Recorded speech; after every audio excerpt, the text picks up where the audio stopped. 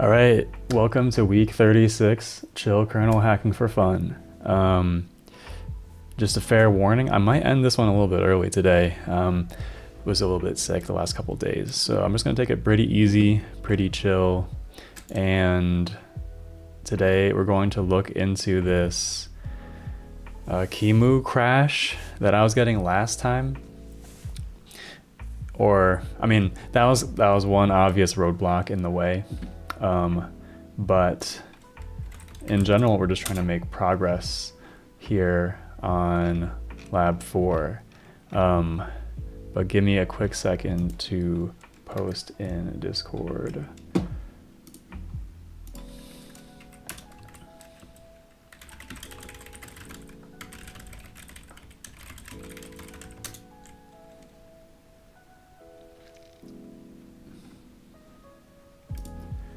All right, almost there. 1 second.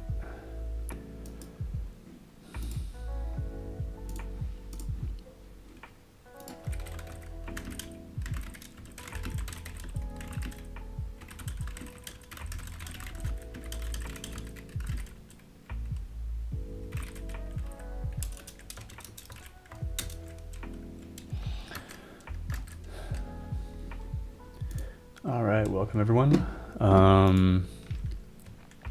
Yeah, so like I said, today's going to be an especially chill and relaxed session because I'm kind of low energy today. But today we're debugging something super difficult, which I kind of need a moment to even get oriented again. To give a brief recap, and the highest level, I've been working through these MIT operating system course lab exercises. And I just finished, just a few weeks ago, I finished lab 3. And now I am getting into lab 4 where we start scheduling and multi-core support. And what happened was when I merged in all of the new code that the lab assignment gives you, also just testing with the test 1, okay, chat widget is working. So the lab gives you a bunch of new code and new source files which you merge into your existing code. And ever since I did that, things have not been going well. Possible that I made mistakes and that's causing bugs. It's also maybe possible that there are some differences in the tool chain because this class is very old, it's from 2018. So I'm using a much newer tool chain, using a newer GCC version and using a newer Kimu version than they were using, I think. It's also possible that there are problems with these different versions of the tool chain. Yo, what's up, Rhett? Howdy. Let's hear what's my fave class in college. Nice. I never took anything like that in college, so I'm coming at this kind of raw right now. Maybe you can help me. Anyway, so basically that's kind of the intro. I merged in a bunch of this new code. Things just don't work anymore, and I need to figure out why.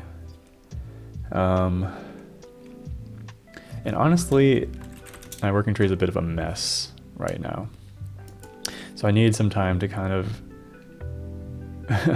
really figure out what happened. Basically, for the longest time, I was working on this lab 3 branch. And then I wanted to switch to the lab 4 branch, so I merged all of my code into the lab 4 branch. And then the idea was to continue from there.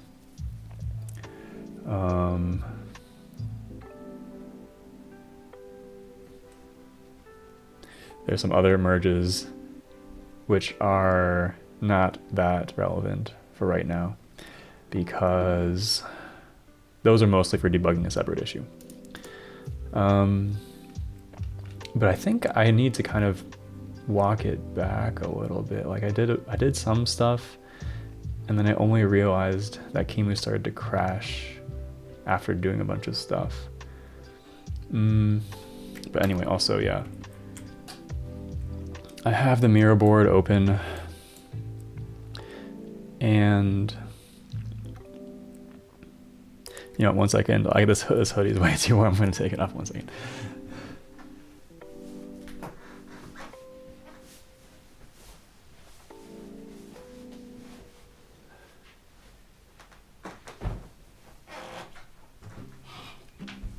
All right, that's better.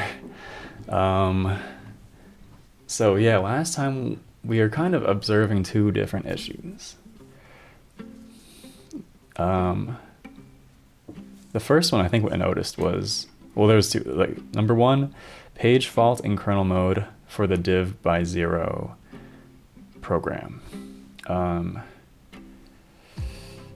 That one is the simpler and easier bug to tackle. Basically, by the end of lab 3, we were able to create the first process for the OS and make it run a simple program that does a division by zero. The division by zero is going to trigger a CPU exception. We were able to catch that exception in the OS and basically just kind of terminate execution there.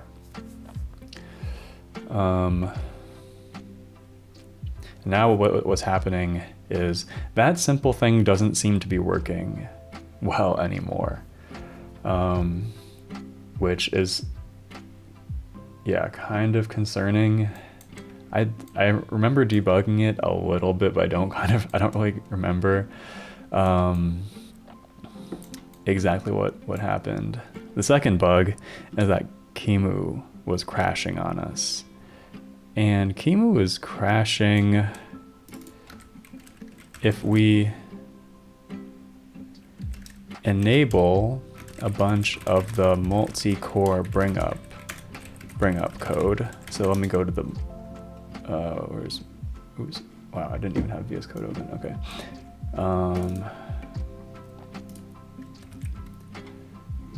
If we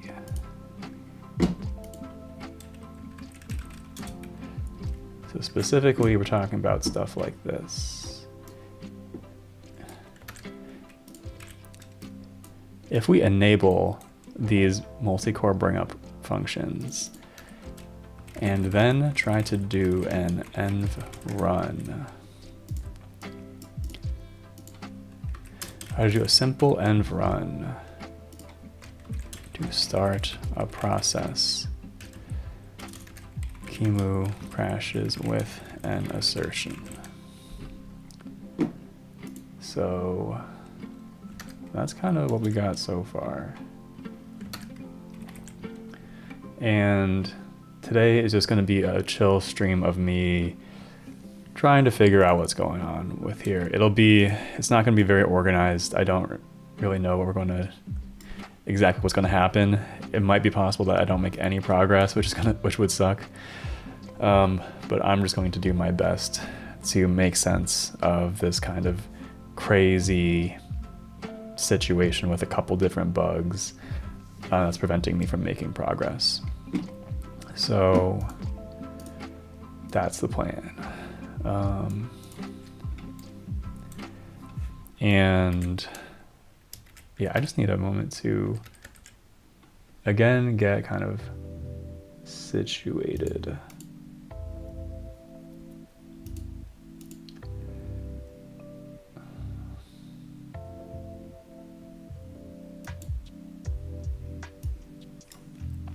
This is all just actual code for the multi-core support.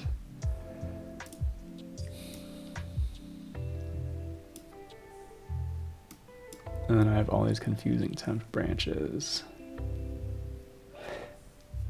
Yo, Ali, what's up? Glad you could make it. I'm not sure if this will be a very interesting stream. This is going to be a 100% debugging stream because I have no clue. Because a bunch of stuff is going wrong, and yeah. So here is me. Let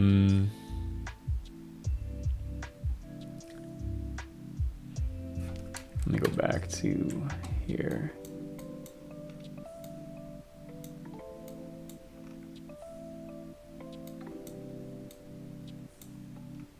man, you know, 2 hours a week is not really enough time to do this kind of stuff. I really am like not remembering a lot of the context from last time.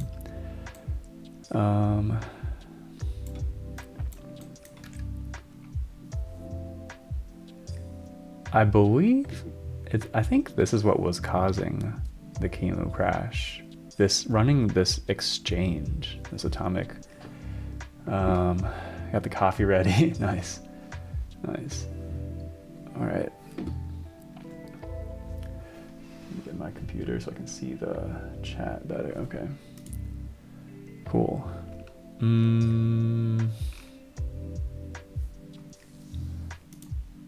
know what? Man, this is crazy. I think I just need to like roll back kind of far to a point where I understood things better. There's all this locking stuff. What's this?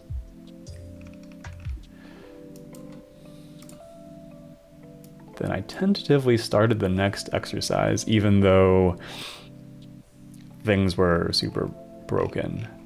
And then that, wasn't super good.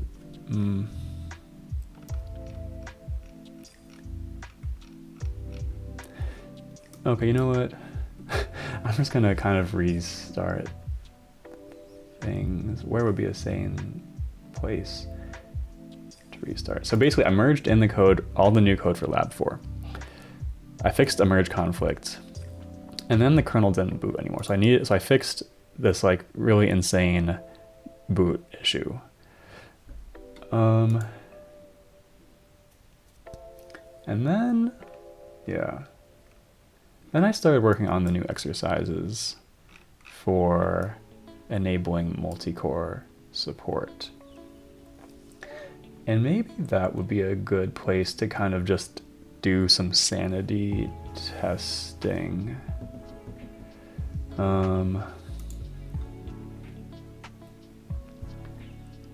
Because I didn't add too much code there.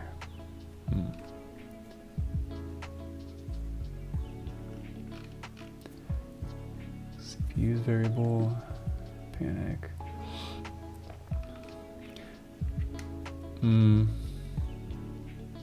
Okay, I'm just gonna come back.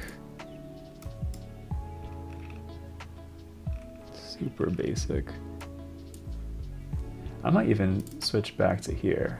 And I'll make a new branch. Oct6 debug. Unless, let me just get back to a semi-sane state. So does it build?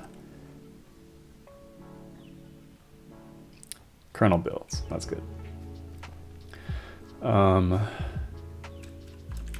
let's clean up some of these tabs and all this junk.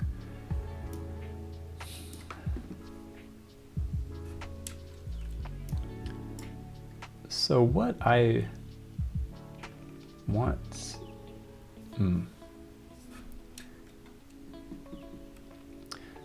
what I kind of want to just observe is that like at the end of lab 3, things are working.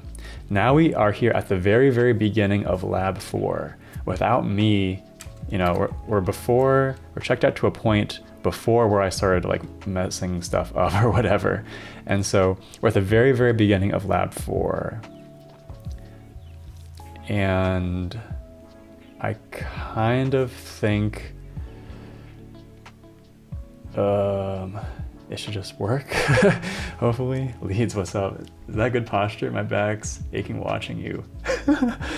How do I look? I hunched over. Ugh. It's probably not good posture. Thanks for the heads up. Maybe I'll try to have better posture. So,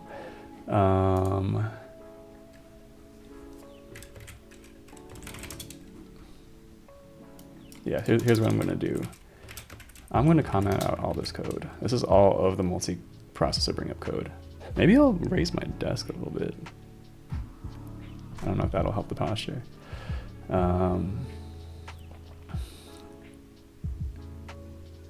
But why does this say this? Why? Interesting. Wait a sec. I'm kind of confused. Why does... It seems like I modified that already.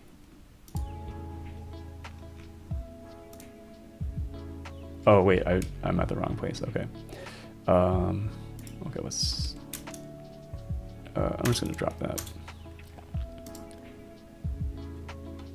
And I want to check out to here.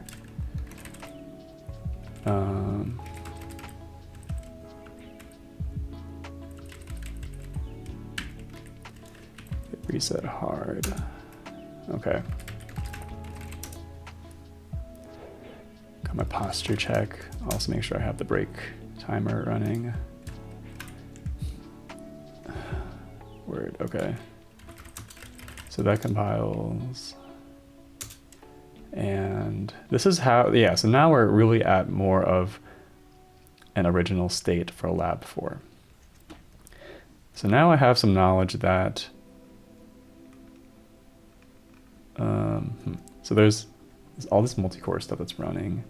But what I want to do is just recreate the very basic state of lab 3 working, which means we're running the div0 program, and we're just doing env run the first environment. And close out some of these things. Let's see.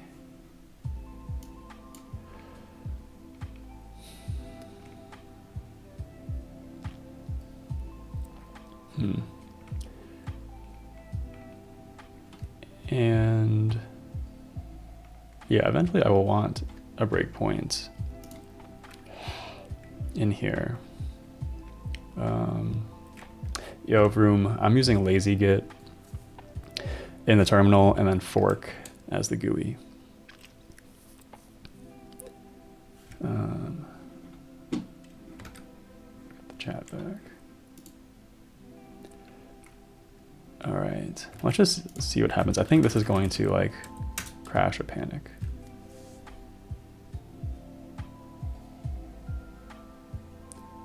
Kernel panic with a failed assertion. Again, I'm actually very confused. Oh,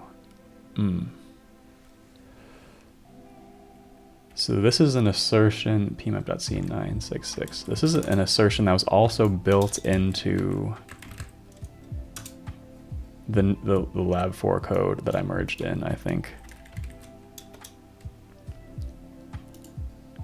New test for lab 4. Or did I put that in there though?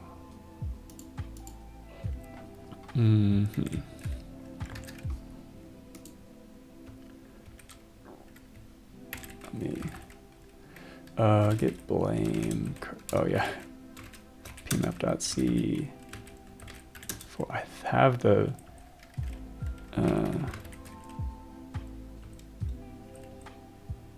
Okay, no, I didn't do that. So yeah, that was original. That was there, right?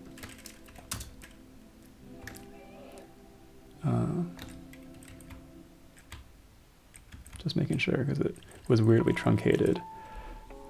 Okay, good. So yeah, that was not me. That's like the new code. That I want to make a new space to start working.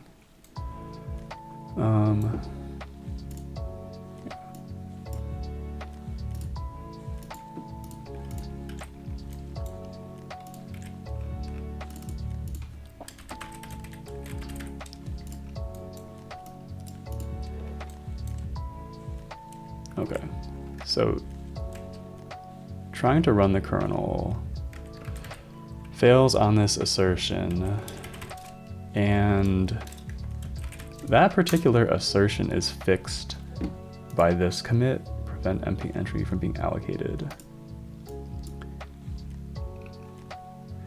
I'm gonna jump over here then. Yeah, I'm going to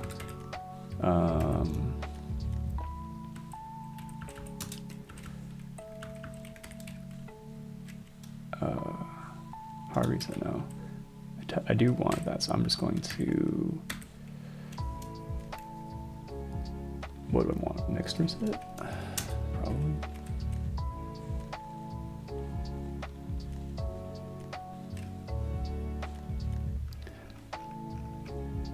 I actually don't think I wanted that. Oops, can I undo?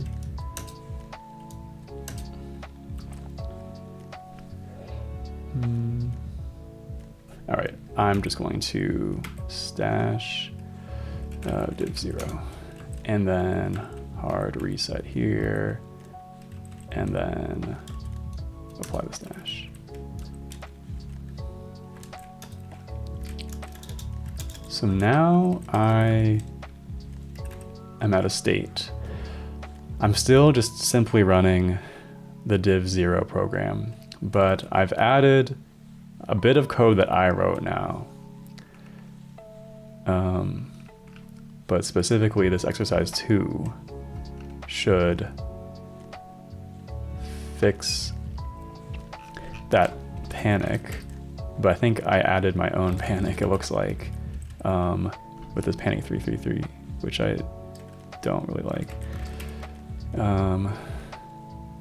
Okay.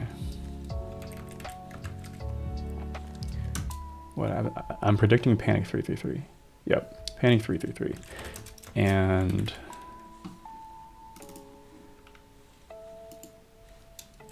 I just simply don't think we need this. So I'm going to, I guess I'll just start forking off.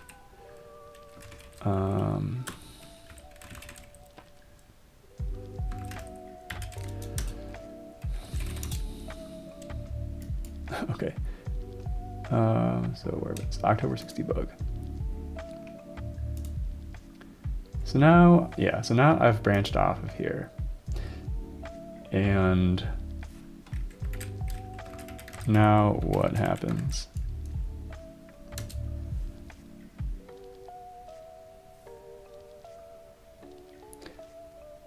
Okay, now it's failing another set of internal unit tests.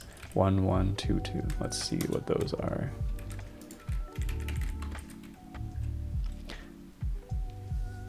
Now it's failing another set of internal unit tests about these kernel stacks. And that's what I did here in exercise 3.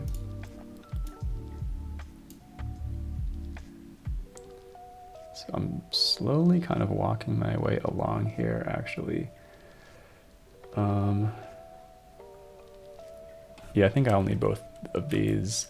I'm just going to cherry pick them, I think.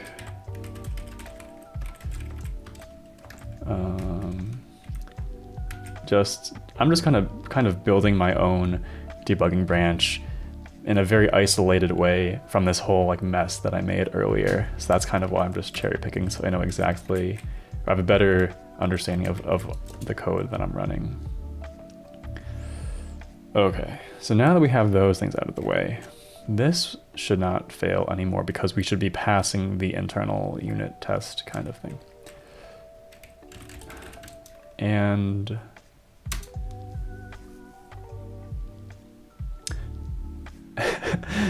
okay, did you see that? Kimu just crashed.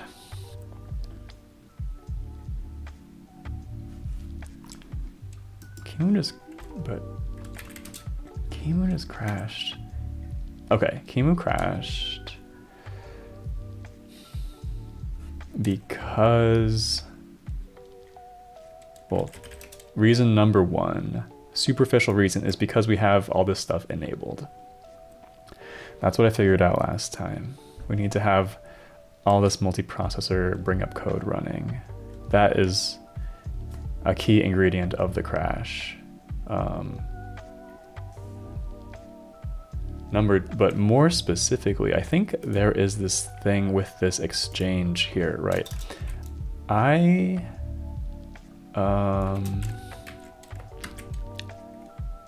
think if I comment that out and don't do that exchange, I think it doesn't crash. Yep, I was right. Yeah, what's up, Joni? Yeah, it's kind of my own kernel. Like, kind of not really. What I'm actually doing is just following this MIT course. I can link it in the chat if you want. So it's like an MIT OS course where you build an OS. But yeah, if I remove that atomic exchange, Kimu doesn't crash actually. I'm just going to take a note.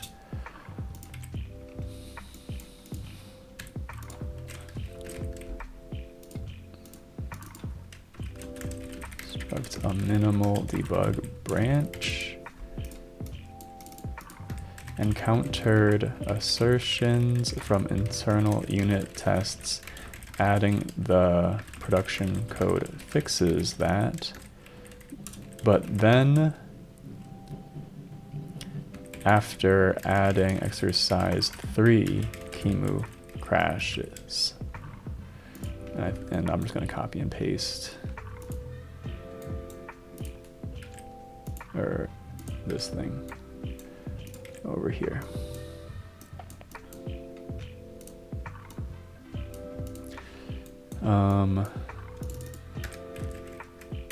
Commenting out all the multi-core bring-up code fixes it. So I actually haven't shown that yet, but I'll do that in a second too. But wait, actually, yeah, okay. Or it's like, or leaving in the multi-core bring-up code, but commenting out the exchange here also fixes it and doesn't crash. Let me just show that really quick. So I'm going to re-enable this exchange. We're going to re-observe the crash, which thankfully is deterministic.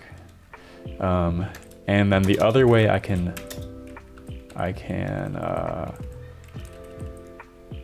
like stop the crash is by commenting out. Maybe it's the pick in it. I definitely know that commenting out all 4 of those things stops the crash, but maybe it's just the pick. Nope, that still crashes.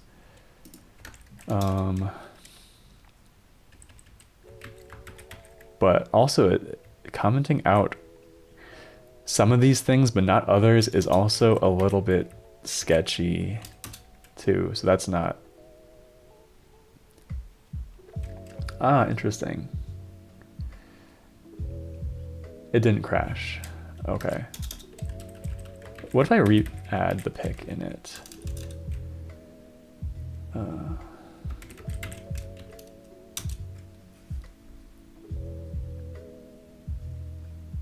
It also doesn't crash. ADHD coping techniques.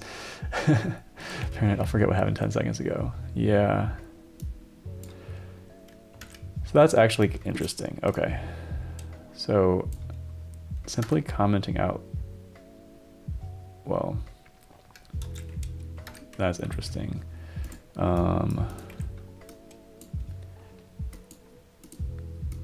Yeah. Commenting out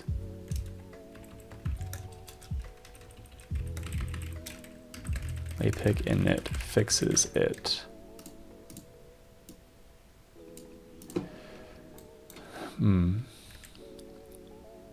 So this is actually a little bit closer to what I was hoping to see. So what we're seeing is we are executing the first user space program, the div0, and it executes a divide by 0, which triggers the divide by zero CPU exception, which we handle. And then,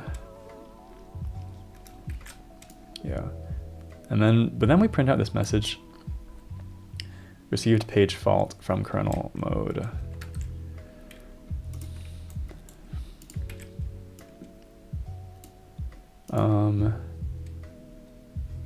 Okay.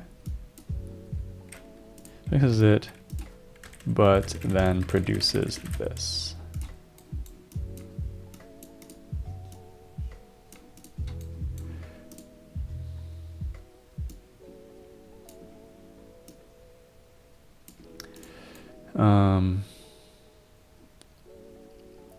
And just because I forgot what happened 10 seconds ago, I'm going to re-enable this thing. Right, so this is going to trigger the keyman crash, right? Yep, trigger the keyman crash. And then I'm going to comment out the exchange.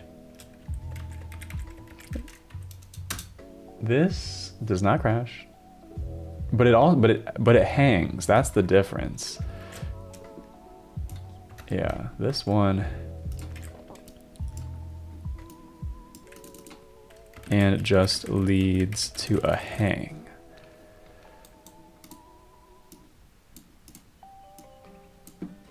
Right, so it's actually, these two fixes are not the same, or don't produce the same outcome. They both result in Kimu not crashing, but the first one actually produces this thing that we want, and then the second one just like hangs.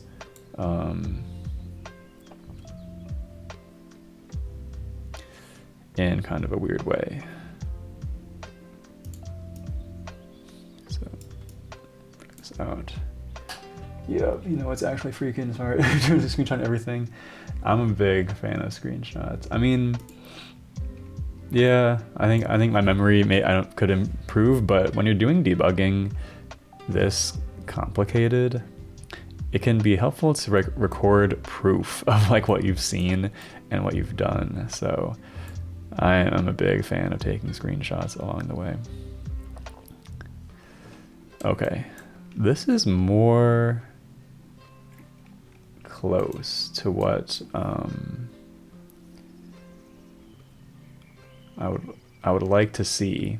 The only concerning thing is that it says received page fault from kernel mode, which is bad. That's basically the kernel crashing, and that should not really happen. That didn't happen before. So yeah, posture check again. Okay. So, I got 9,000 screenshots in 2 years. What's your thoughts on XV6? So fun fact, so I've been streaming weekly for like 36 weeks now, but the first like 13 weeks were using XV6, and I eventually switched away from that to this other one because XV6 is too complete. Even though it's a learning OS, it's very complete. It like supports user space completely, or in a lot of ways. It supports scheduling. It supports a lot of stuff. So it's too complete for me. And also, number two, the codebase is way too messy, and also the build system is pretty bad. So those are the reasons I don't use XV6. Okay. Anyway. So I can comment out this LAPIC init, which effectively disables a lot of the multi-core stuff and brings us back to single core.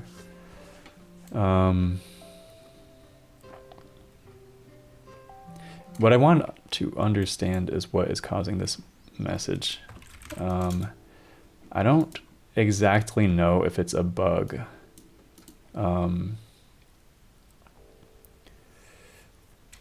And actually, I kind of want to have my second checkout available.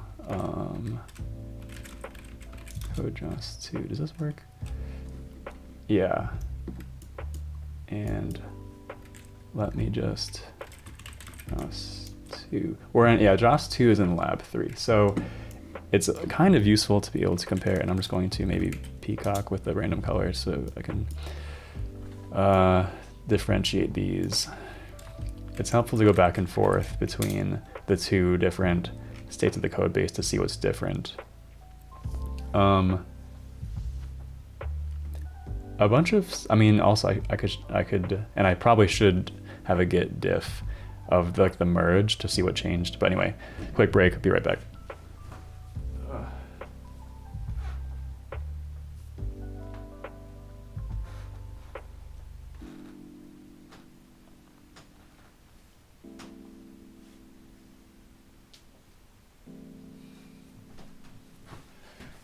All right, quick stand up and stretch break over.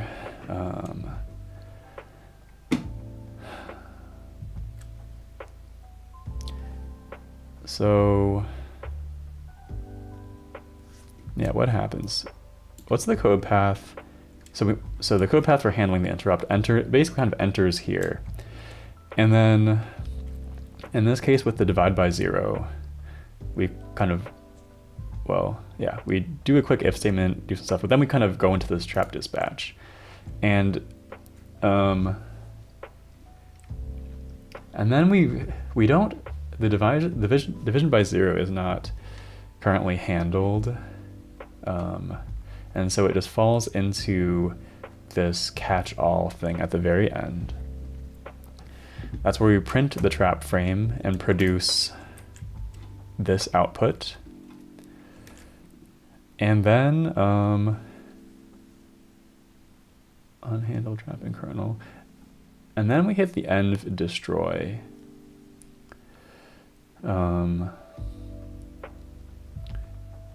And in lab 3, it's actually very interesting because it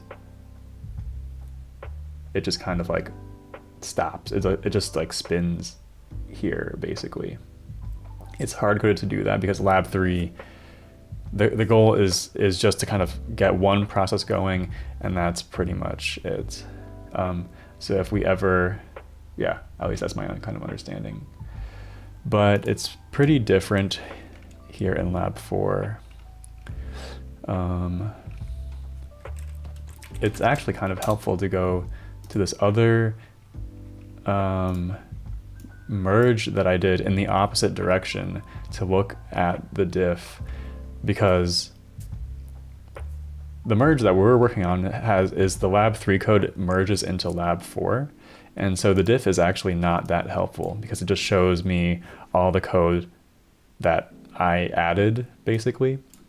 What I actually want to see, though, is all of the new lab 4 code that got added to like my code base, which is what, if we look at the merge in this direction, we can see that more clearly.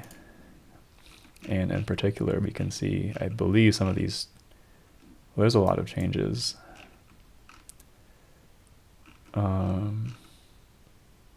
Also massive comment. But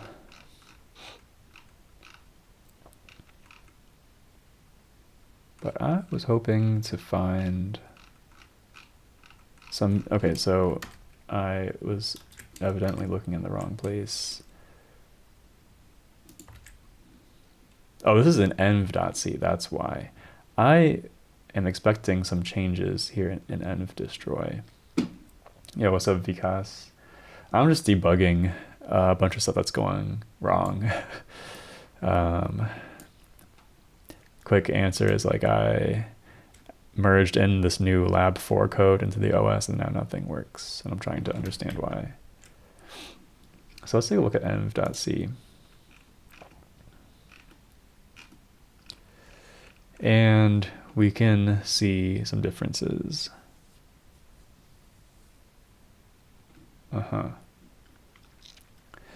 So this is the new code that got added to our code base, basically. And they did a couple of things. So they replaced this like infinite loop that kind of just unconditionally ran, and they replaced it with a call into the scheduler to choose something new. But I don't really have the scheduler code yet. So it would be worth debugging this, I think, to understand. Eventually this produces this received page fault from kernel mode error message, I believe. And I'm also recalling stuff we did last time.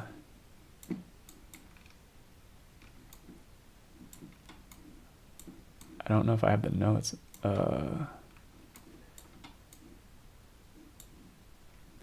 It was somewhere around here. It was this really strange null pointer dereference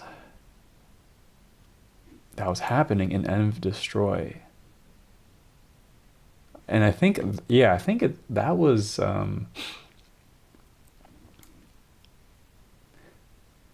that might be the cause of the, yeah, I kind of debugged this already. And the env destroy causes this page fault from kernel mode because of a null pointer dereference. That was pretty strange.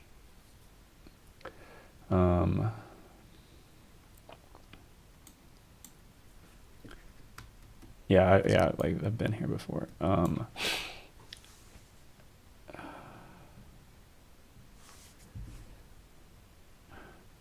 Yeah, all right, give me 1 second.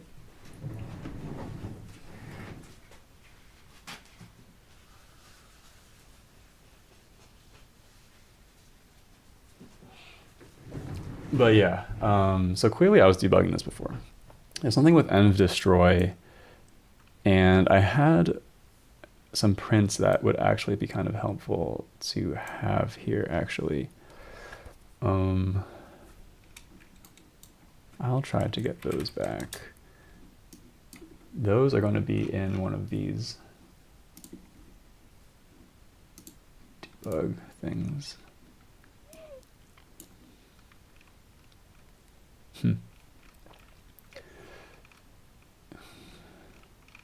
I might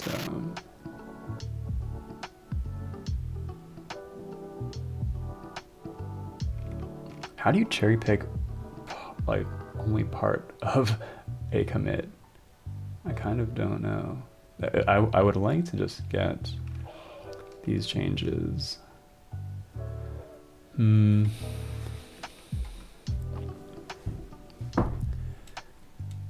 Yeah, maybe I'll just copy them in.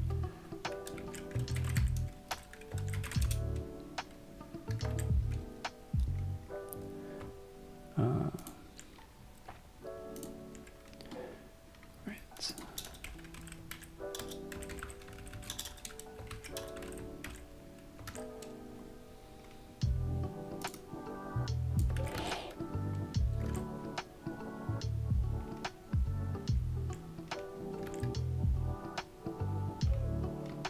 But I'm missing something. What?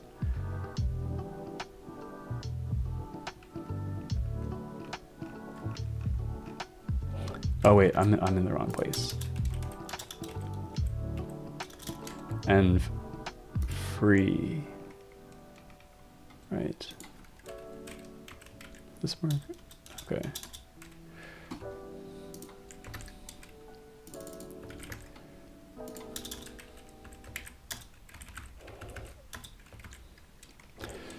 And then we have all this stuff.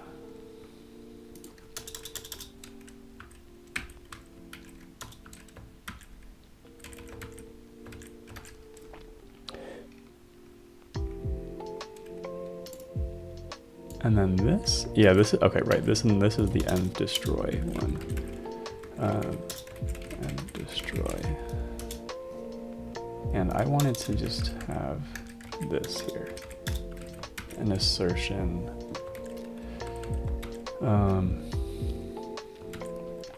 So basically the running theory is that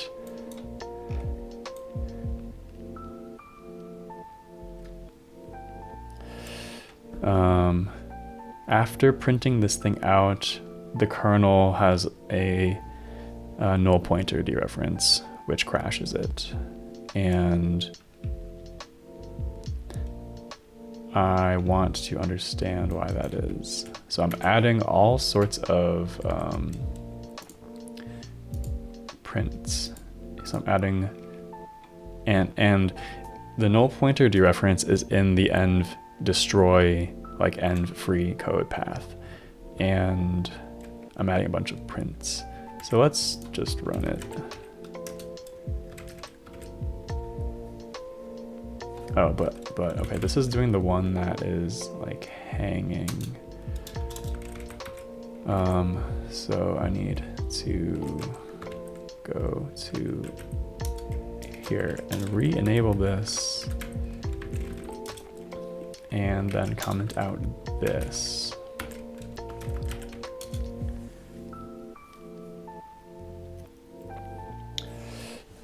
And we can see this assertion fail. 725.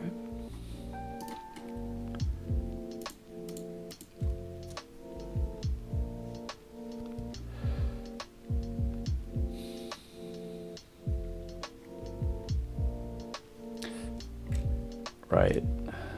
So basically, in the code path for handling the interrupt,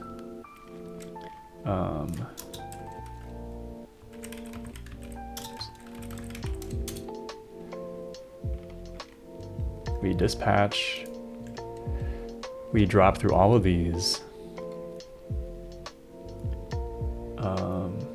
we get here to env destroy, and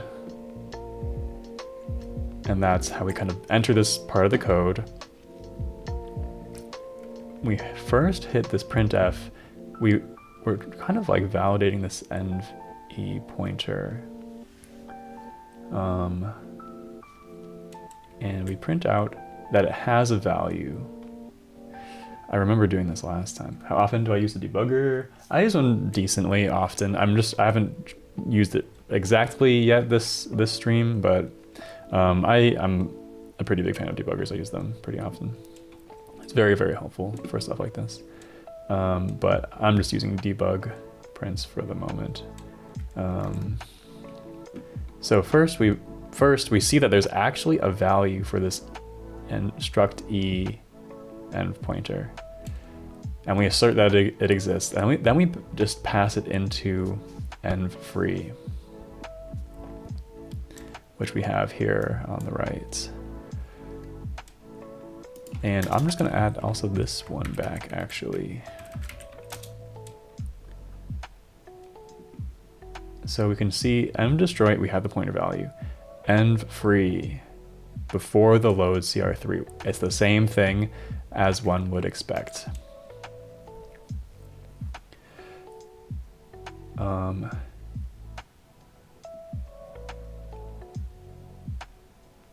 And then the interesting thing here is this env free after load CR3 is now a null pointer. And maybe it's simple, but I don't actually understand that. One thing I guess I kind of do want is just a cprintf cr3 kern page dir. I'm going to raise my desk even a little bit more for posture reasons. I don't know if that helps, but I feel like it might. Okay.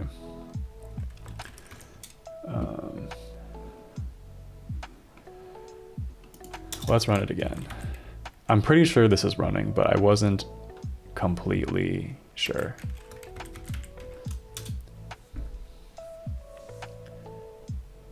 Oh, I forgot the new line.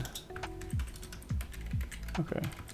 But this looks like it's working. So we hit the load CR3 kern page dir. And then this pointer became 0.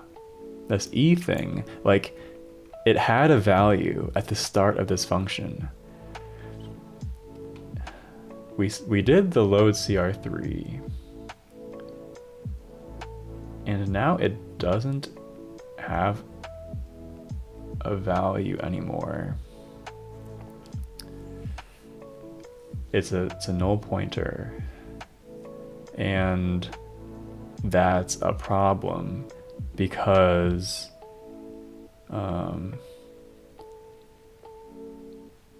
I think this is where it was crashing. It was crashing on the C printf. And in particular, it was trying to access this env ID thing off of the E. Let's just quickly take a look at the diff.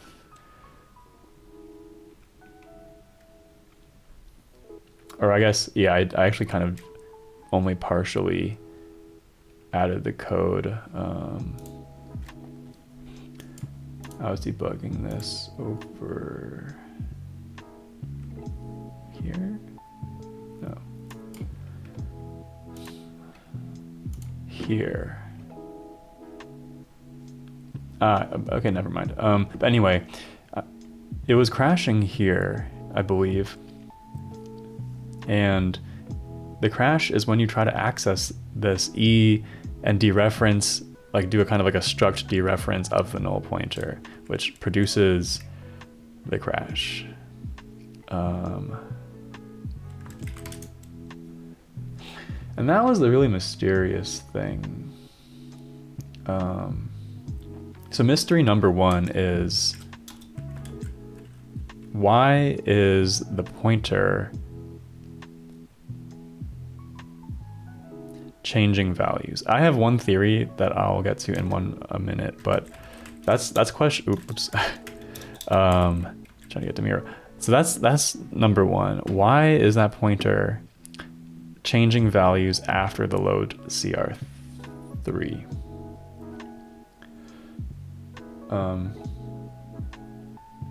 Second, okay, the other question is, I remember some weird stuff happening with the assert, and I think even the Miro had some notes from last time about this.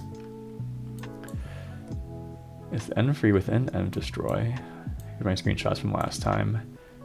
If we comment out the load CR3, that causes the E pointer to no longer magically transform into a null pointer. It retains its value. However, if we keep the LCR3 as it should be, then E turns into a null pointer somehow. Yeah. One thing that I think I noticed this, I had this assert 0 just for fun. But actually, before I do that, I'm going to take a screenshot of this and take some notes. So now we're kind of over on this path, trying to debug it.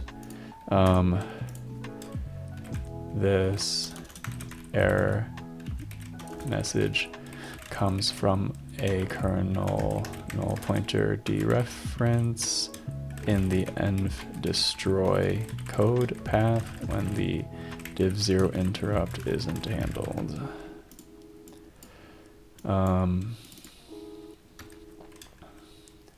Somehow the struct env E pointer becomes null after the LCR3 to kern page dir. And that's what we see here. I'll also just take a screenshot of the code.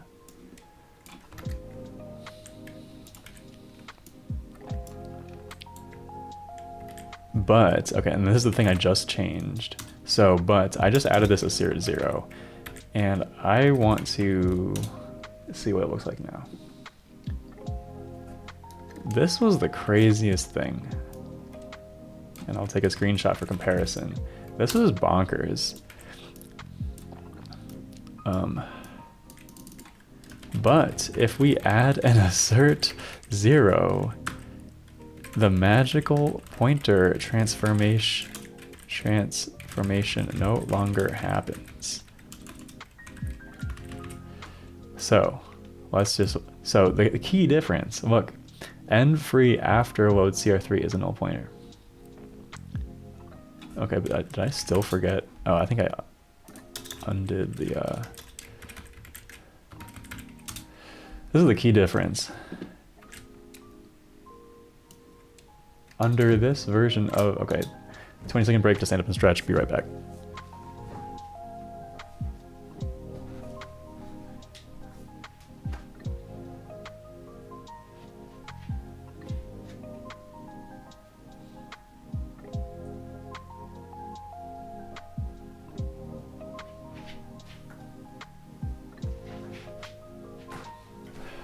Okay, this is the key difference though, caught in 4K. So I'm gonna erase this. I didn't change very much. All I changed was adding an assert 0.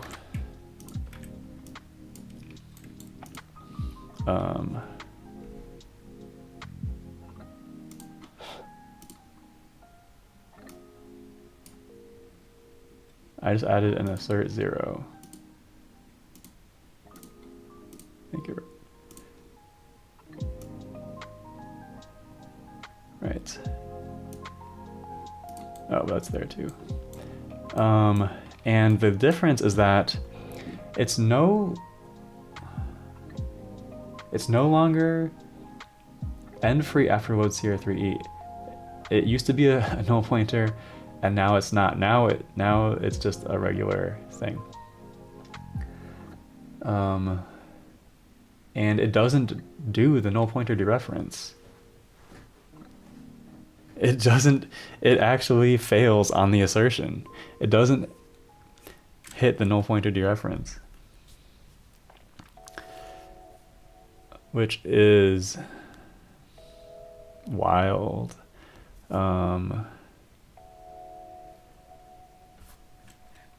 And that suggests some really weird stuff with the underlying assembly, maybe.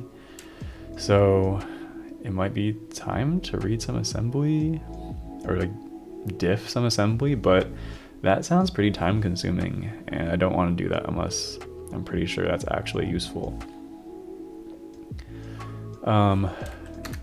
So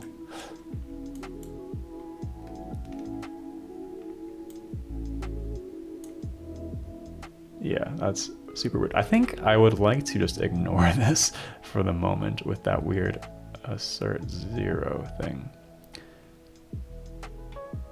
But you know what? Diffing the assembly might not be that hard. It might be worth it.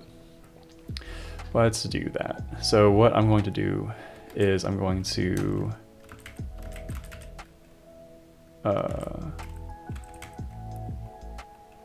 first find kern.asm env free.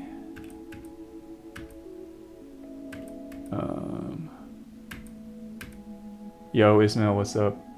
Thank you. Yeah, I have a bit low energy today, but yes, I mean, still on the bug from last time because I haven't worked on this all week. And my idea is to diff the assembly, which I'll just do. Yeah, so I'm going to copy kern.asm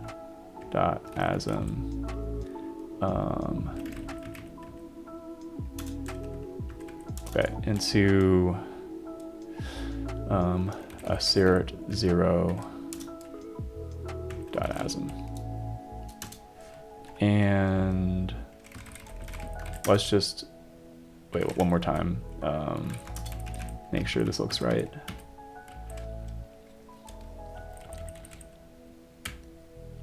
Yeah, we have the assert 0 here, so that is right. And then I'm going to go here and disable the assert 0.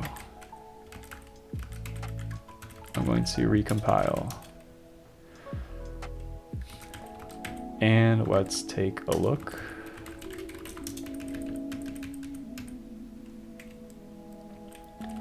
And it's commented out. Good. So now I get to go and no assert 0.asm. And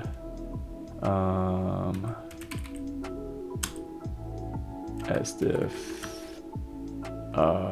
no assert with assert 0. And free. Maybe I'll ditch the let's do this. So now we're diffing. Okay, here we are. But okay, we can't, this is like kind of useless. We can't see too much. I might need 150.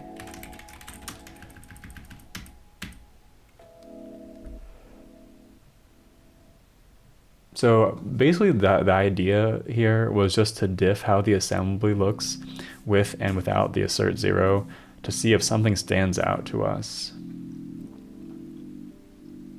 as the clear explanation for why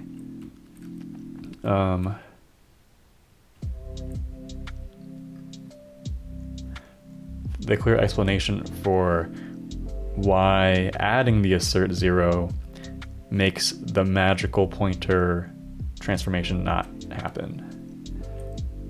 And this is kind of, so I'm not exactly sure what I'm looking at. What I'm kind of disappointed to see is that there's just, I'm looking at this line here in the middle, which means a lot of stuff is changing. There's like a lot of changes between the two. I was hoping there would be a very small amount of changes between the two that would give a clue as to what. Hey, thanks, Ismail. What's up? What's up, Ethiopia? Checking when you be online. Yeah, I'm online at the same time every week. It's very predictable. Yeah. So, but the thing is, this is like a little bit misleading because it's only different because the addresses are different, but not actually because the code is different. Like you can actually see that a lot of this code is the same.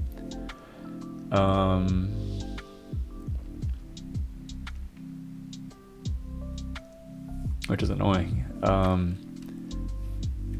But we can just, like, without going so deep into this,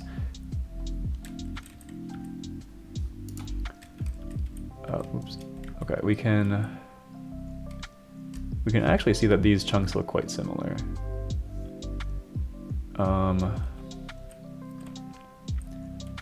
We can see that there's a lot more code before, right? The no assert is on the left and the assert 0 is on the right. So, well, we can actually even see that here.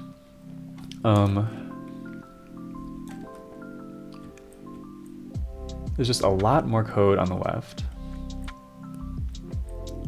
Less code on the right. Assert 0, call panic. And I think it's something to do with the fact that assert is, so first of all, assert is a macro. It doesn't look like that, but it's because it's all underscore, but it's a macro and it injects this code that's like if blah panic. And panic is annotated, so panic is also a macro, which resolves to underscore panic, and underscore panic is resolved with no return. Or it's, what did I say? It's underscore panic is like has this attribute no return, and that actually affects code generation, I think. And I think something about that is actually related to this, and that's, I think that tentatively for me explains why there's so much less code, because when the compiler sees that that something with like something like this panic with no return is called, it might just like stop. Yeah, is macro hell now like this?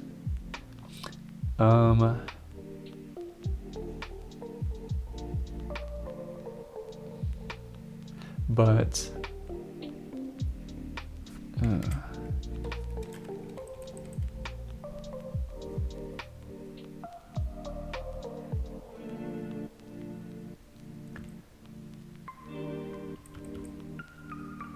yeah, I like can't. It would take me a little bit longer to read this code, read this assembly actually, but I.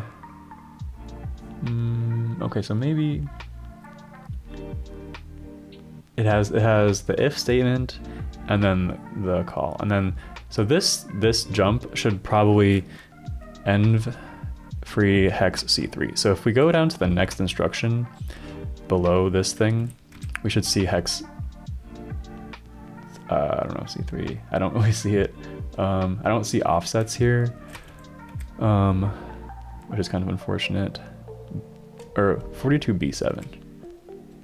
Okay, so no, never mind, I'm wrong. I don't. But anyway, the next code is cprintf. What?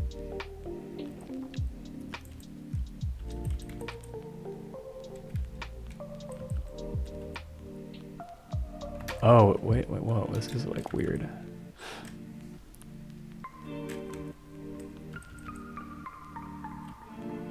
Let me come back to the code here though. So we have the assert 0. And then for some reason it says cprintf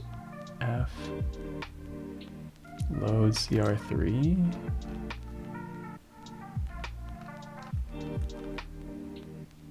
Which I just totally don't. Like, that's this thing. So,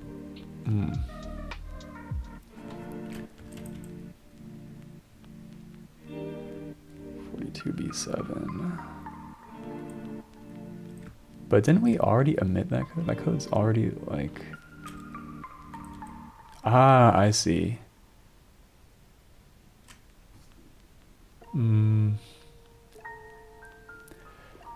I think I see. So we have the if statement, the if e, then this part, this code, the cprintf and the load cr3, there's a jump, and that code is actually here. And then there's probably going to be a jump.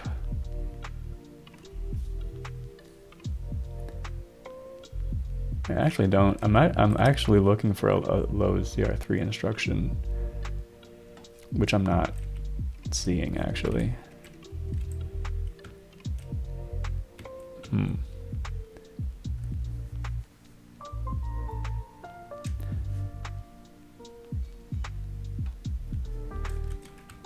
I'm just going to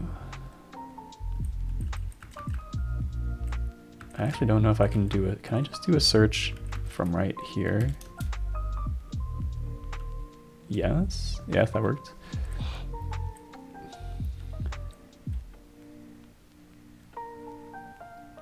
But I'm not seeing a load cr3 anywhere here. So I'm confused by that, definitely. Oh wait, yeah, okay. Yeah, I see. It's not a load cr3 instruction. That's just the name of the function. It is a move into cr3.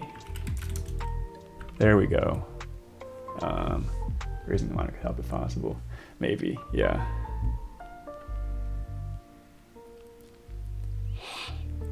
Maybe I just need to like scoot in a little bit more. Yeah.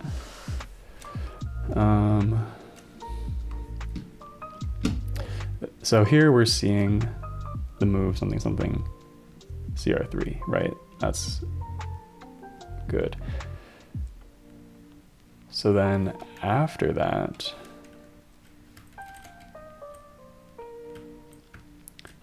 we basically just have these panics. So okay, I don't exactly know what's going on, but I can definitely tell you that there's a lot more code on the left here. I'll take a screenshot of this.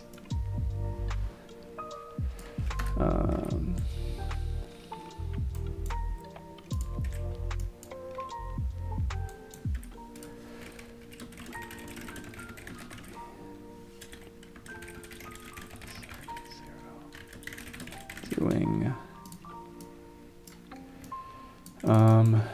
it prematurely, or not prematurely, it due to the assert panic no return attribute, theory is that it prematurely stops code gen, which affects this in some way.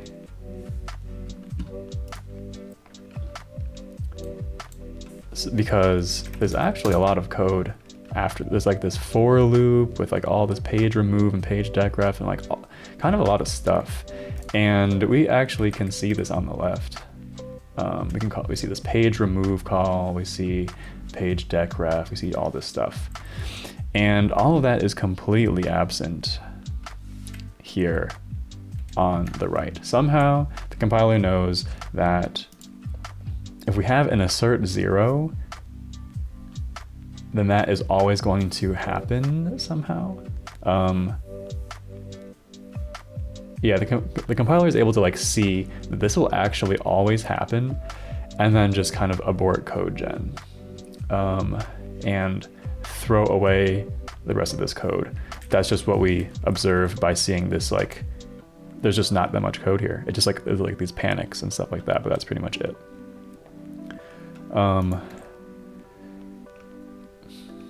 So what does that tell us? That just tells us that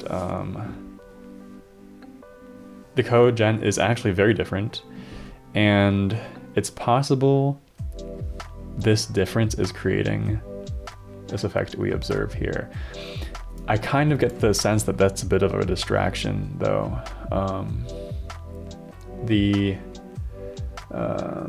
Yeah, it's called Miro.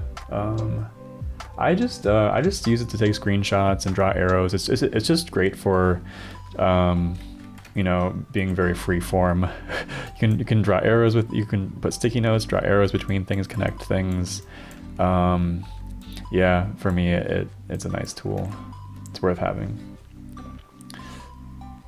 But anyway, back to the main thing. So I think this assert 0 thing was a little bit of a distraction. The thing I'm more interested in understanding is how this load cr3 affects this pointer variable, and I have a guess. So my guess is that in the code that the compiler emits for this function, it's actually taking this this argument and actually like writing it onto the stack. And then before the variable is used, it actually reloads it from the stack, potentially multiple times. Like maybe here, and then maybe it reloads it actually here. And the key part is that there's this reload from memory happening, but the load cr3 changes how memory is interpreted. And so loading from one address before the load cr3 might give you something else, but then after you change the cr3, it can potentially completely change the memory mappings.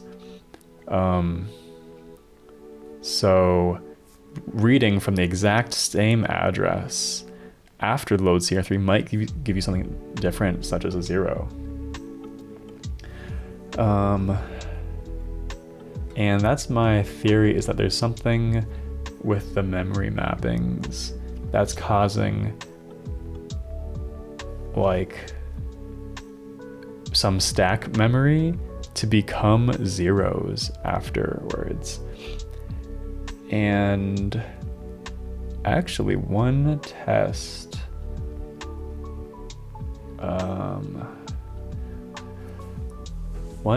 that we might use to check that is actually poisoning the memory allocation that's used for the stacks, and seeing what this pointer is with the poisoning. Can I test the theory in another file, a test C file?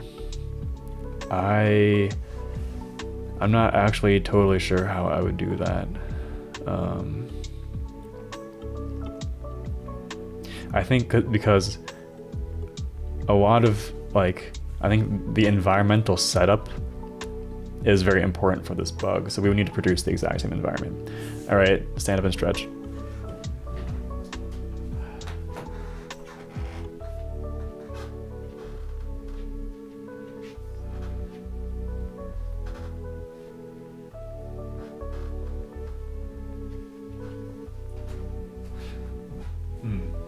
That's just my current understanding of it anyway. So I think we can just potentially debug it right here. But that would be kind of interesting. I don't really know. I mean, it's possible maybe I have a bug in this code actually.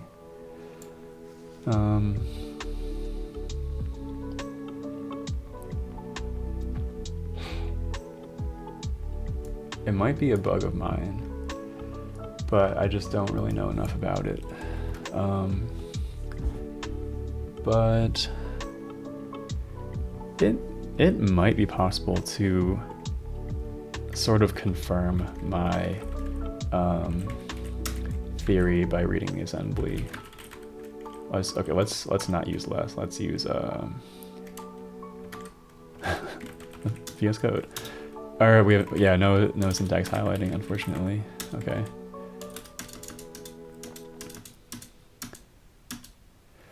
Okay.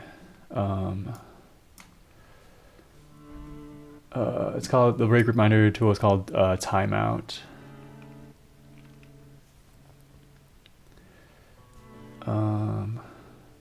Yeah, we have AT&T syntax for some reason. So okay. x86 32-bit, the caller pushes something onto the stack. And so we're seeing the prolog push EBP pushing a bunch of callee saved registers, presumably. We subtract a bunch of stack space.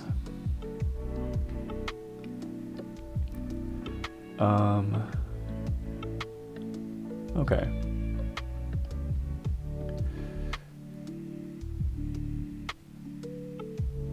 Okay, EBP plus 8, that makes sense to me. So let me just, I'll just try to quickly diagram the stack.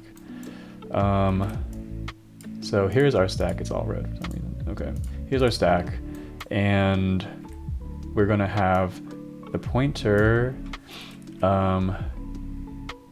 E pointer, which is the argument.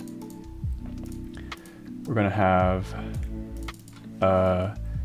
this is the return instruction that's triggered by the call to end free. Then we pushed EBP how does it work? Yeah, ESP goes into, so then EBP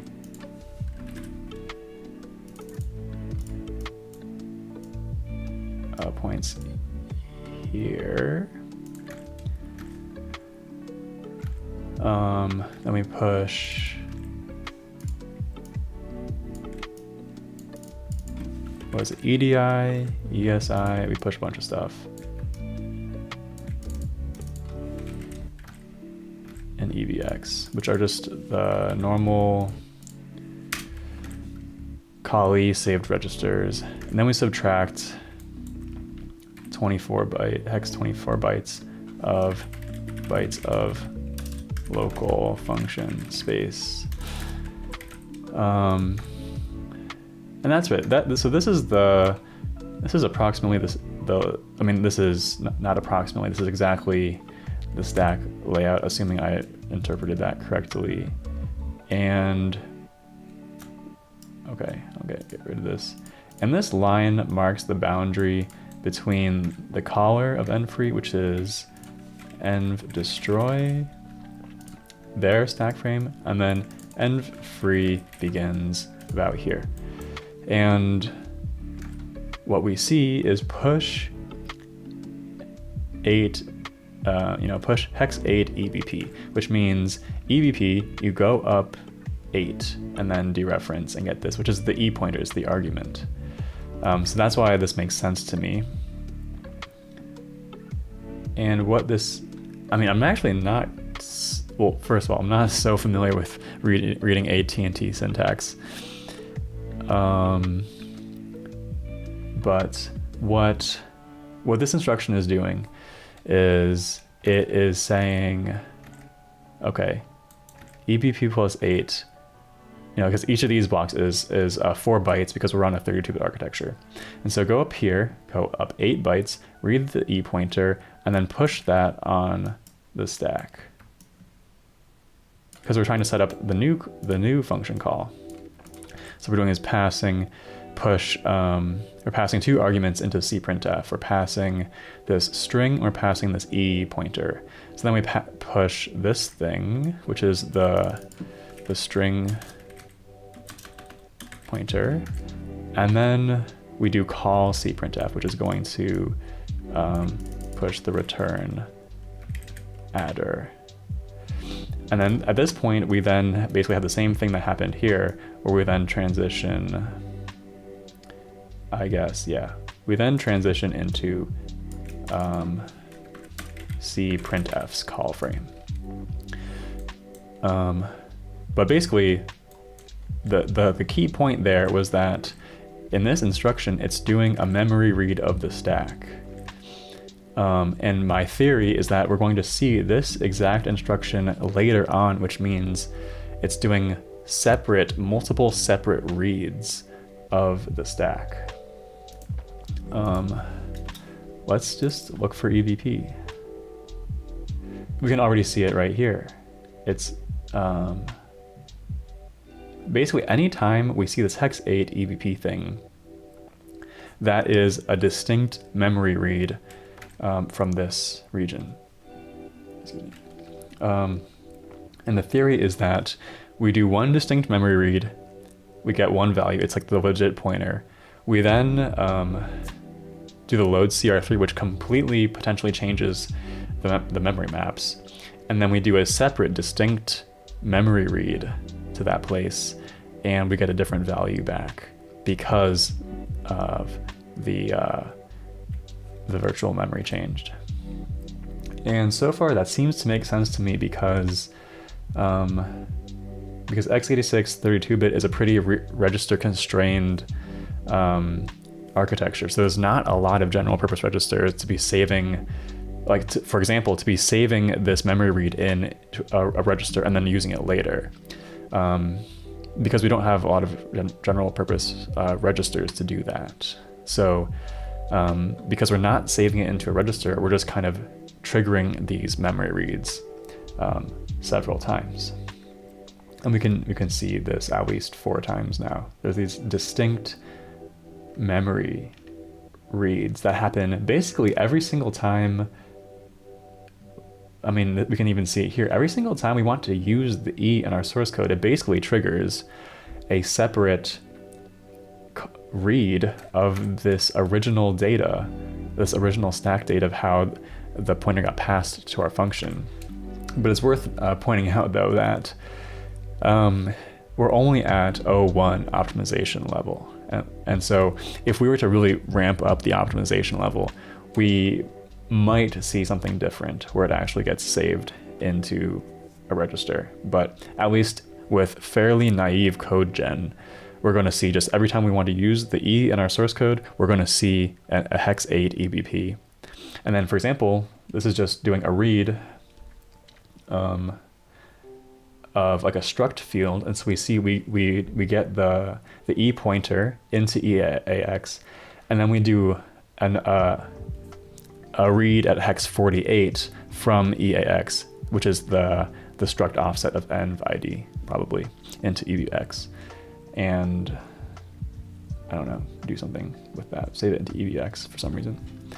But the point being,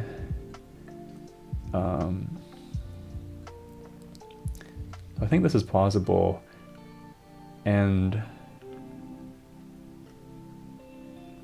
so now, yeah, so now the code flow is just something like, we hit one of these things,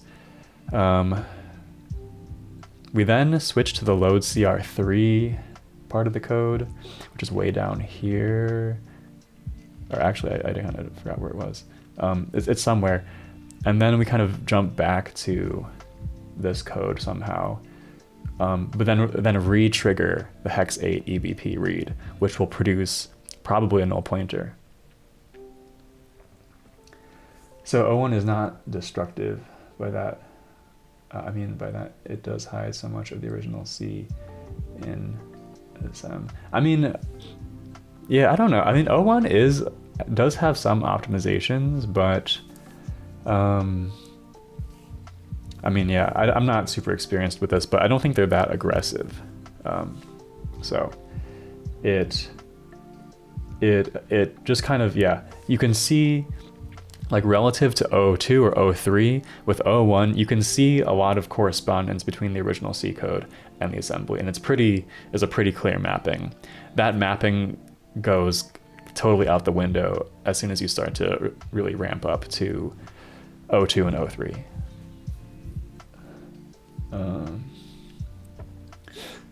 So what I want to do now is poison the memory. I think that would reveal a lot of information. Maybe? But I mean, we do actually have the pointer values. F0B, F02, B1000. So before I jump into the debugging, I want to make sure I'm doing this in the best way possible, or most efficient way possible. Okay, so one thing that's immediately very weird is how, or wait a sec. Okay, no, this is actually not the pointer I want though. This is the actual pointer to the actual E. It's the actual E pointer. But that's different. This is all on the stack. What we're interested in is location of pointer value on the stack. And that is the specific place that we are interested in. So I'm actually going to change the code to do a cprint of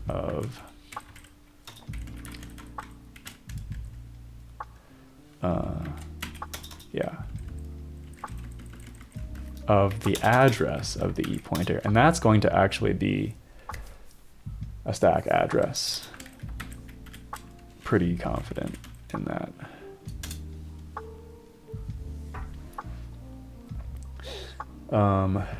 Right. Yeah, I find it pretty cool to visualize the memory layout like you did from the SM. Yeah, it's definitely nice to visualize things. And it's more doable than you might think. Like, the assembly is like some crazy scary thing, but it's just a couple key concepts that you need to understand, and then you can produce the memory layout. And yeah. Okay, so we have our address of the E. So this is what it is. And hex EFFFF78. So if we go back to our memory layout, I'm just gonna take a screenshot. The EFFF thing, obviously since it starts with E, it's gonna be below here. And since it's so close to the boundary, it's gonna be within the CPU zeros kernel stack.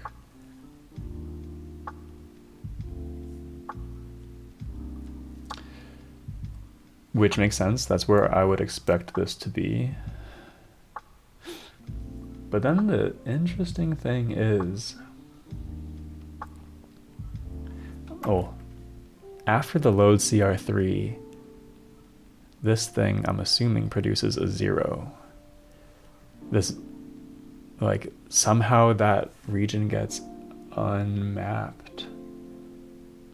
And it actually, I don't know, it might be possible that my code changes were responsible for this.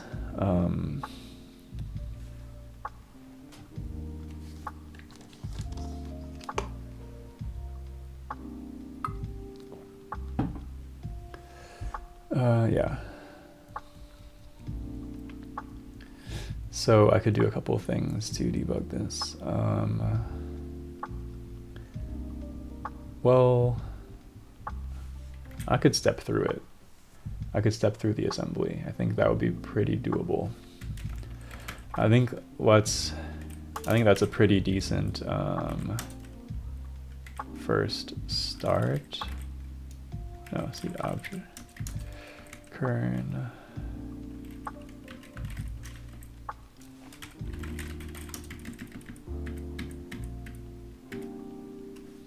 Okay.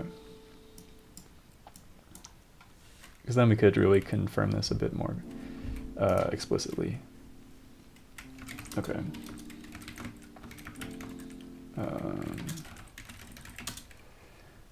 So it's time to drop into the debugger, and we want to break on n free.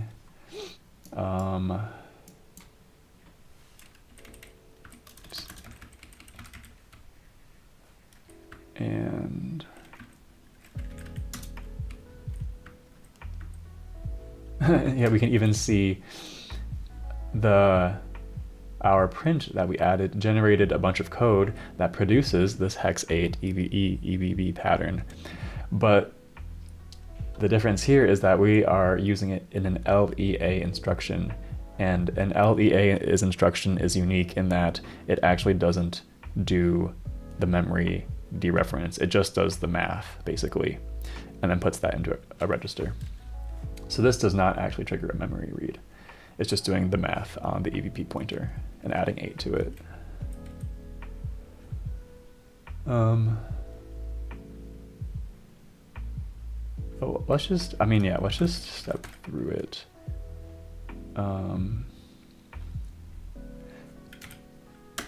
There should only be one. Yeah, okay, cool. So there's only one caller, and now we are pretty free to just step through.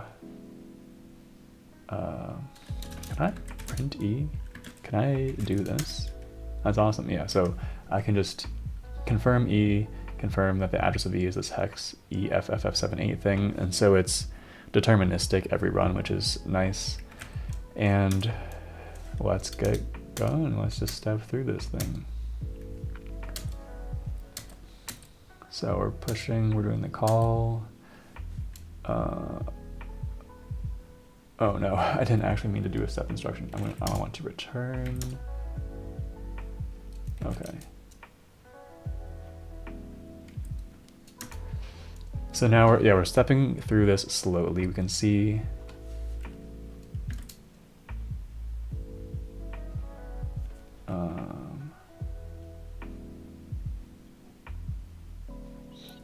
but what I really want to get to is I need to be a bit more careful. I want to do the step instruction thing, but if I see a call, I don't want to step into cprintf, so I'll do a next instruction. And then here we're getting to the load CR3. Word, thanks, Vroom. Good luck. See you later.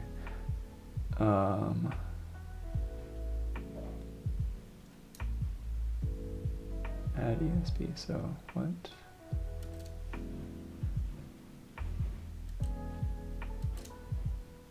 Okay, so now we are doing it.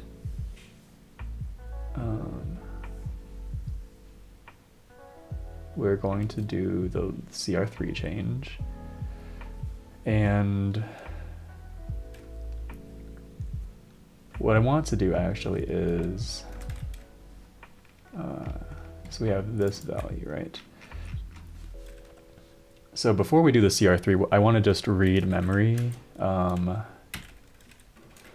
here and see, yeah. And that's exactly what I was planning to see. So we're manually trying to read the stack. That command tries to read here and see what we see. All right, be back in 20 seconds.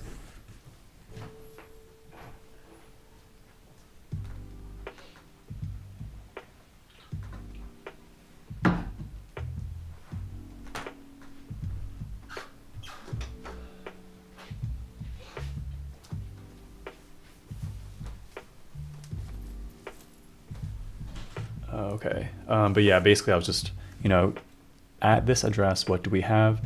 And what we see is actually this pointer value that we are expecting. So now I'm going to do a step. And now CR3 is different. And now we run this exact same thing and we see the 0, which confirms the theory that there is something wrong with the page tables, which is causing, it seems like the stack is not mapped anymore. Jesus. Okay.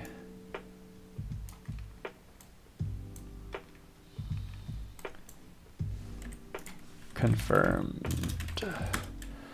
There is something wrong with the kern pager tables such that the CPU 0 stack is no longer mapped, which is bad.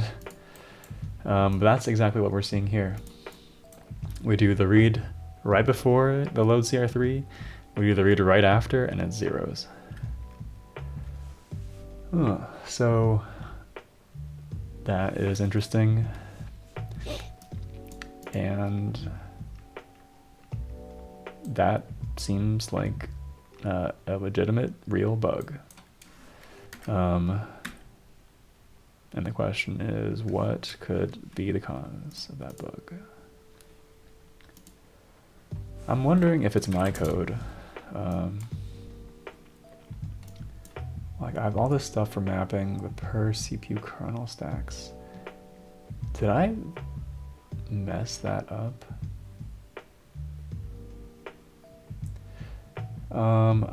The easiest thing I could try is just commenting out this code and seeing. Oh, but wait a sec.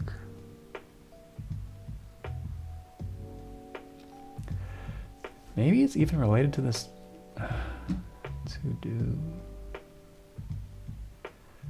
Okay, yeah, I'm just going to quit this. So just to run it again, we see this null pointer assertion, and very, very, very simple check is what happens if I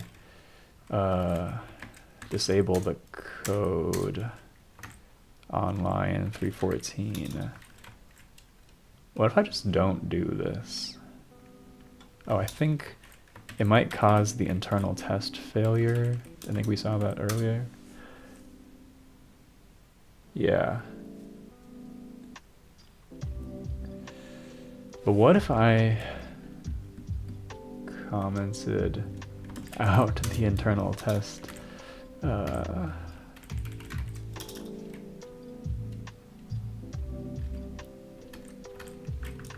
If I just didn't do this.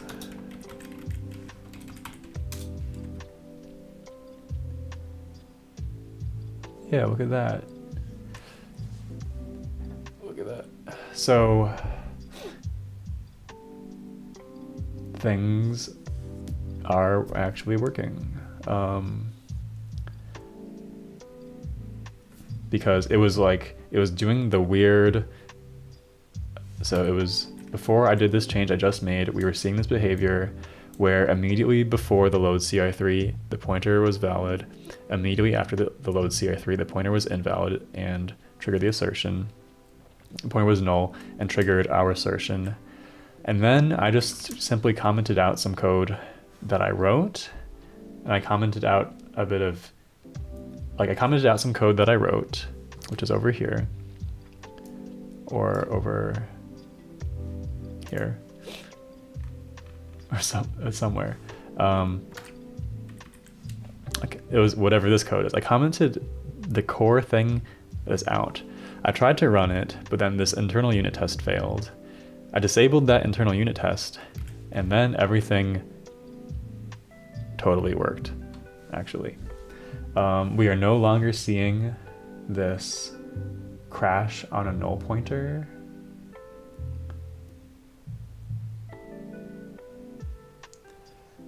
And the code, I don't know, it just safely exits. And destroy. The code safely does something. Actually, I don't really know what produces this text string. But, okay, yeah, the scheduler produces it. So, interesting. I don't exactly know how this happened just now, but what I believe happened is we ran env-free successfully for the first time ever. We actually ran env-free successfully. We didn't assert on the null pointer thing. We got to the end somehow, came back to the caller, and I believe we actually dropped into this code. We can jump into the debugger to look. Let's do that. I'm just gonna break on env destroy, which is this outside caller, and I'm gonna continue. We hit env destroy, we hit env free, we make it past that, and we go into sched yield. Yep. Things are getting more clear, definitely progress. Yeah, thanks, Oli. Thanks for sticking around for an hour and a half, an hour 45 minutes. And yeah, let's just step into the scheduler. Okay, the scheduler immediately halts because it's just maybe just configured to do that. Oh yeah, because I haven't implemented yet, and so it just halts. And that safely puts us into an infinite while loop of no tasks available to execute. So that's cool. Let's zoom out a little bit. So basically, that was just a bunch of debugging around this so there were several issues involved here. The first issue was that Kimu crashes. I still don't know what's up with that. I'm still terrified of what's happening there, but I was able to kind of muck with things to get that to not crash temporarily, which exposed this other set of issues I was having, which is all this stuff with this kernel page, with this received page fault from kernel mode error. So we still haven't solved this huge, big, scary Kimu crash thing, but we've temporarily worked around that, which allows us to fix this other kind of other serious bug, which was being obscured by the Kimu crash. And we've actually made a pretty decent amount of progress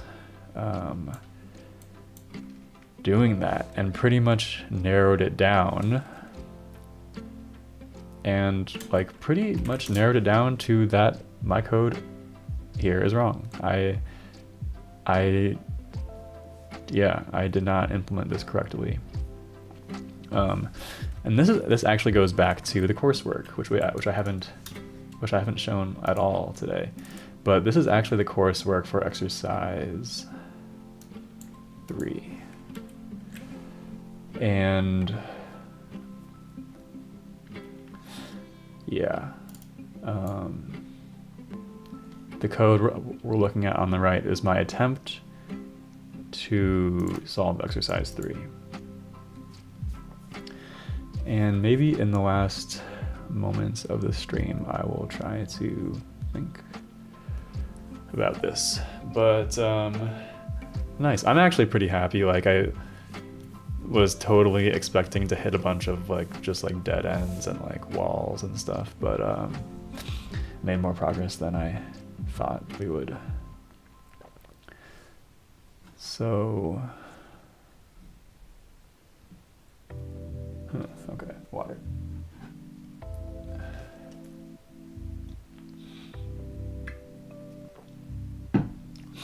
Yeah, crazy investigation. Thanks, Ismail. Yeah, it's always, well, we'll see if I can actually fix it, but I'm much more confident in my ability to fix this issue. But we still have the final boss, which is the Kimu crash. What? This is still the final boss of whatever we were doing that triggers this assertion. But maybe that's definitely for another day. Yeah. So anyway, back to this. Modify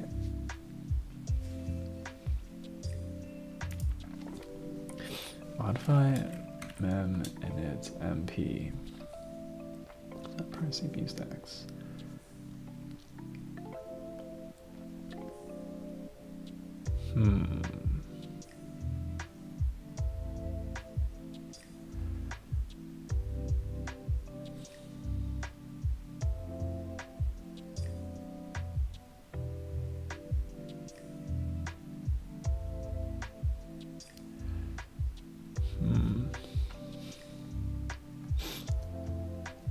So yeah, it'll take me. But wait a second. The weird thing though.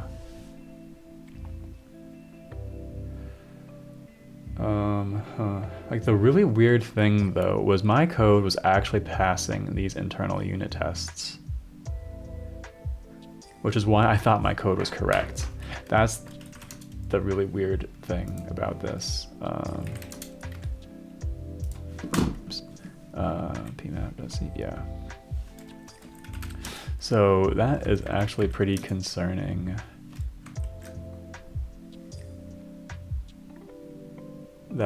That my code passed all these tests, but then fails later.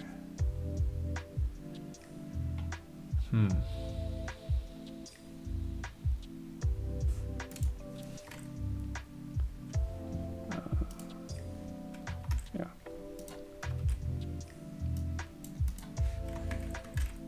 Let's see. 304.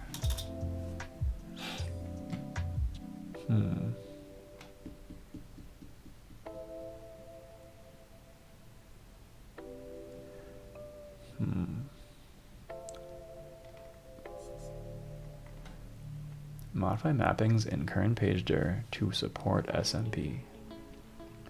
Map the per CPU stacks in the region. Okay, so memory layout's over here. So basically just implementing this memory layout with our kernel stacks and our guard zones or whatever.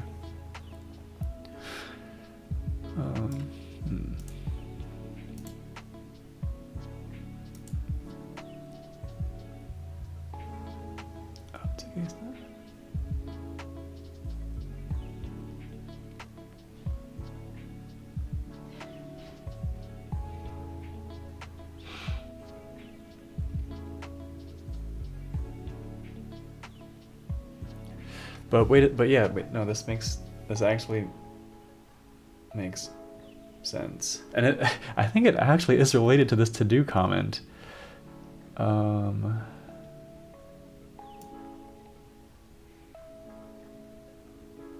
Yeah, I think...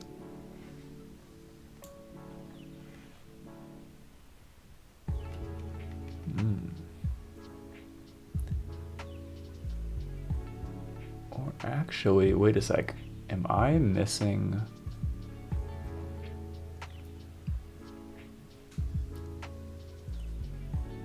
Okay. Yeah, not totally sure yet, but am I missing a, oops, wait a sec, no. Okay, I just messed everything up. Wait, where am I? Okay.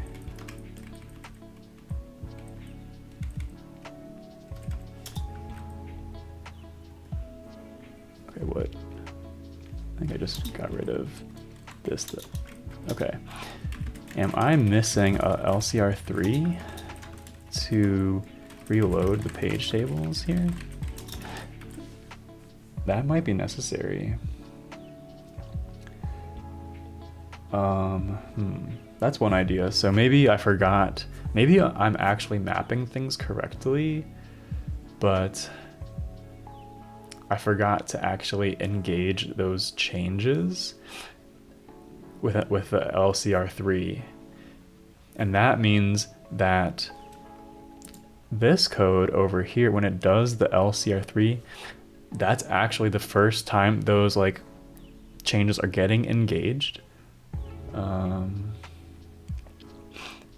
Which might be an issue.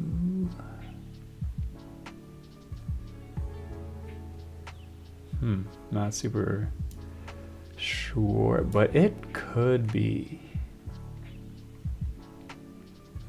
And that might actually also explain why the unit tests passed. I might have done almost everything perfectly except... Yeah, because the unit tests just operate based off of... yeah. They just kind of assert that...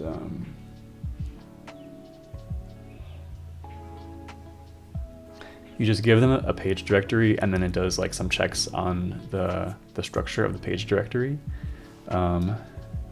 But I actually think it might actually be the case that this is just an LCR3 piatter kern pagedir. At least it's cheap to try that and see if that does anything.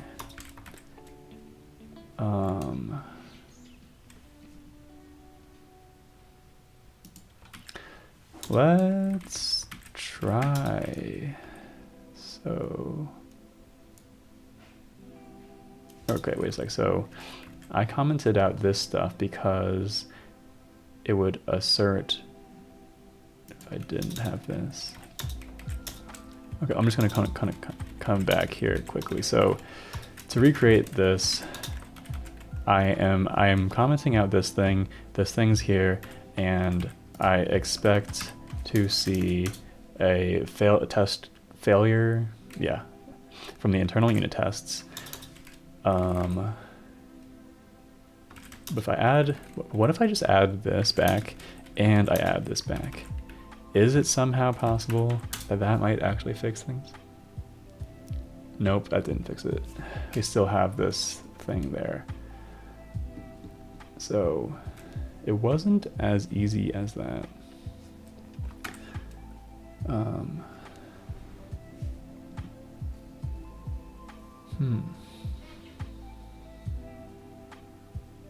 Okay, I see. Nope. Or at least that doesn't fix it. I do have one theory. I think I'm running out of time to actually dive into it. But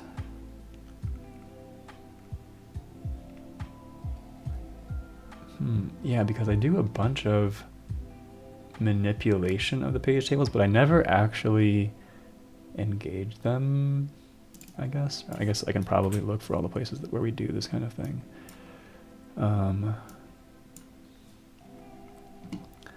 It's not that many. It's setting up user space. It's in this thing. It is starting up the application processors. That's like the first thing they do is load this.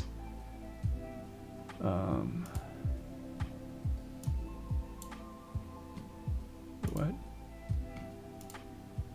Oh. Okay, this is the code for the main processor, pmap, and the scheduler, which I haven't really gotten to yet. So there's not that many places. I'm just gonna kill the palm tree. There's not that many places where we do that kind of thing. So it's plausible that in that function we're looking at, it's plausible that we make a bunch of changes to the page tables to map these stacks, but because there's not that many places where we actually load in and engage those changes, the first time we start actually using those is here.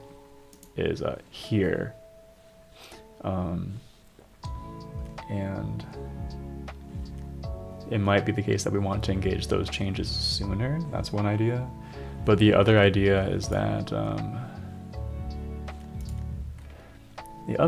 there's actually something a bit more deeply wrong, because we're now, we're using this per CPU K stacks thing, which are just these like massive global buffers.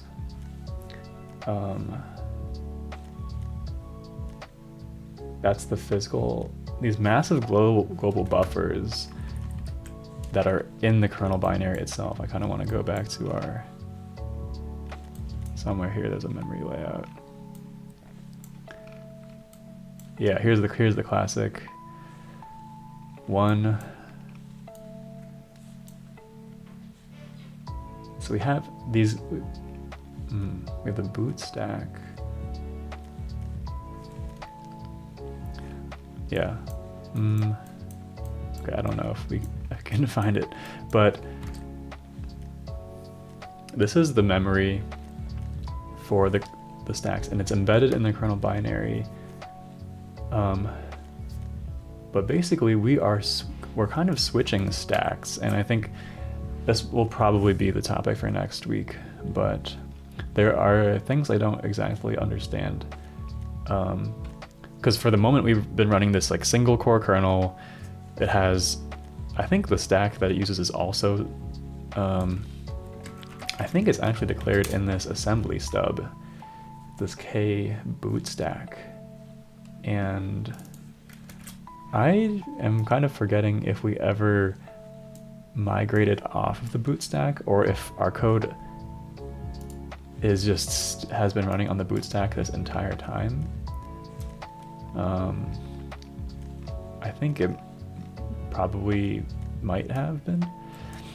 And so there's something inherently kind of weird about switching to a different region of memory for the stack for CPU 0, which is what I think we're doing, because we have region number 1, the boot stack. We have region number 2, which is like all these per CPU stacks. These are separate. It's like just a totally separate region of memory. And in one instant, our stack is pointing to the boot stack, but then we run all this like new code right here, and we point the stack somewhere else to these per CPU stacks where it's all zeros now. And I think I even thought about this, and I think we're currently experiencing the consequences of just like doing that switch and not, I don't know. I don't actually know how you're supposed to handle that, but I think we're seeing some strange side effects from just almost like violently swapping stacks to this separate stack region where it's going to be all zeros. And yeah, and that will be what we do next week because we're out of time. So I'm going to end the stream here. Thanks a lot for watching. Feel free to like, comment, and subscribe if you like my stuff, and I will post the Discord link here if you want to join the Discord. And thanks a lot for watching. I'll see you next time. Have a nice week. See you.